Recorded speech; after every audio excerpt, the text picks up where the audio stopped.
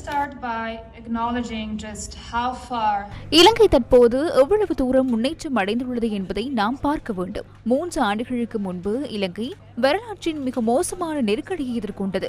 நீண்ட எரிபொருள் வரிசைகள், அத்தியாவசிய பொருட்களின் கடுமையான பற்றாக்குறை, பணவீக்கம் மற்றும் நாளாந்த மின் துண்டிப்பு.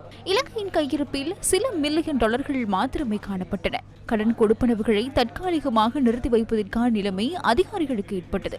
இலங்கை மீதான உள்நாட்டு மற்றும் வெளிநாட்டு நம்பிக்கை அற்றுப்போயிருந்தது. பல குடும்பங்கள் தங்கள் அன்றாட வாழ்க்கையில் சிரமங்களை எதிர்கொண்டன.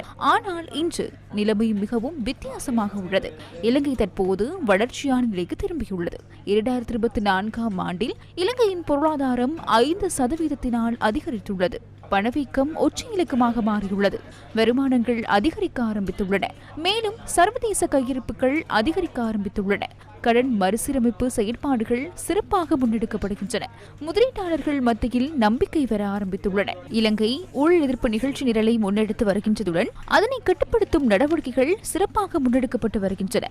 இந்த குறிப்பிடத்தக்க முன்னேற்றம் தற்செயல் நிகழ்வுகள், அது அதிகாரிகளின் தீர்க்கமான நடவடிக்கை மற்றும் சர்வதேச நாணய நிதியம் போன்ற பல்வேறு விழிப்பு ஆதரவின் விளைவாகும்.